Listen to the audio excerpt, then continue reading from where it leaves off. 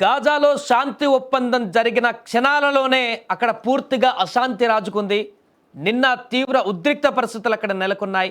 Hamas ఇంకొక group మధ్య నెలకొన్నటువంటి భీకర కాల్పులలో చాలామంది మరణించారు.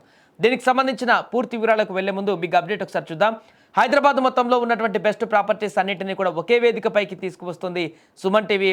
అక్టోబర్ 18న 19న హెచ్ఐసిసి నోవాటోల్లో జరిగేటువంటి సుమన్ టీవీ ప్రాపర్టీ ఎక్స్పోలో best flats, villas, open plots Deepavali offers and డిస్కౌంట్స్తో అందుబాటులో ఉంటాయి. మీరు విజిట్ చేసి ప్రతి గంటకి ఒక గోల్డ్ కాయిన్ గెలుచుకునేటువంటి ఛాన్స్ కూడా ఉంది. ఫ్యామిలీతో రండి, మీ డ్రీమ్ ప్రాపర్టీని సొంతం చేసుకోండి. రైట్, ఇక బ్రేకింగ్ న్యూస్లోకి వెళ్తే ఇజ్రాయెల్ హమాస్ మధ్య శాంతి ఒప్పందం కుదిరింది. బందీల అప్పగింత కూడా పూర్తయిపోయింది. డొనాల్డ్ ట్రంప్ కూడా అక్కడికి వచ్చి ప్రసంగించారు. మొత్తం ప్రపంచం అంతా శాంతిమయం అయిపోయింది, దీనికి నిన్నే కారణం అంటూ కూడా అక్కడ ఆ యొక్క చర్చ కూడా వైరల్ అయినటువంటి సంఘటన మనం చూసాం. కానీ గాజాలో ప్రశాంత వాతావరణం నెలకొంటుందని కూడా అందరు ఆశించారు ఈ యొక్క సందర్భం తర్వాత. కానీ వారి ఆశలు అడియాశలు కావడానికి ఎంతో సమయం పట్టలేదు. నిమిషాల వ్యవధిలోనే గాజా వీధులలో మరోసారి రణరంగంగా మారాయి.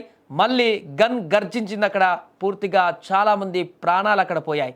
ఈసారి జరిగిన మారణ కాండకు కారణం ఇజ్రాయెల్ కాదు, ఇజ్రాయెల్ గాజా యుద్ధం కాదు, ఇజ్రాయెల్ గాజా మధ్య పోరాటం కొనసాగలేదు.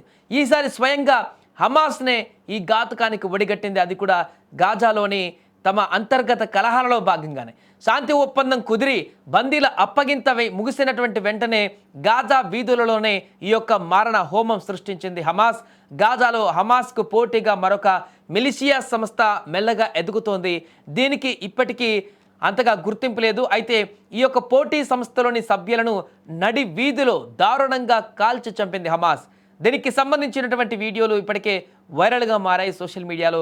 ఈ వీడియోలలో కనీసం 8 మందిని కాల్చి చంపినటువంటి దృశ్యాలు వైరల్ అవుతున్నాయి. అది కొంత కలిచివేయచ్చు ఈ యొక్క మనసులను. అంత సున్నితమైనటువంటి ఘటనగా మారింది ఇది. స్థానిక న్యూస్ ఏజెన్సీల సమాచారం ప్రకారం మొత్తగా 50 మందిని హతమార్చినట్టుగా తెలుస్తుంది. బాధితుల కళ్ళకు గంతలు కట్టి వారిని నడి రోడ్డు పైన కూర్చోబెట్టి యొక్క దారుణానికి ఒడిగట్టారు హమాస్.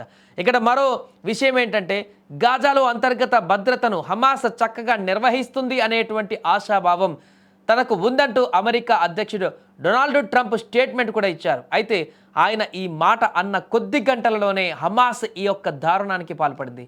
వీడియోలు చూస్తుంటే గాజాలో పరిస్థితి ఎంత భయంకరంగా ఉందో అర్థం చేసుకోవచ్చు. నిజానికి గాజాలో డొగ్మాష్ గ్యాంగ్ అనే మిలిషియా ప్రభావం ఇటీవల పెరుగుతుంది.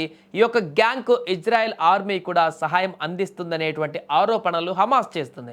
అందుకే ఈ డోగ్మాష్ గ్యాంగ్ను పూర్తిగా లేకుండా చేసేందుకు హమాస్ ఈ యొక్క దాడులు చేసింది. అంబులెన్స్లో వచ్చినటువంటి హమాస్ మిలిటెంట్లు ఈ యొక్క దారుణానికి పాల్పడ్డారు. ఈ అంతర్యుద్ధం లాంటి దాడిలో హమాస్కు కూడా నష్టం జరిగింది. దాదాపు 12 మంది హమాస్ ఫైటర్లు కూడా మరణించినట్టుగా తెలుస్తుంది. మరణించిన వారిలో హమాస్కు చెందినటువంటి ముఖ్య నేత బస్సిమ్ నాయిమ్ కొడుకు కూడా ఉన్నట్టుగా సమాచారం.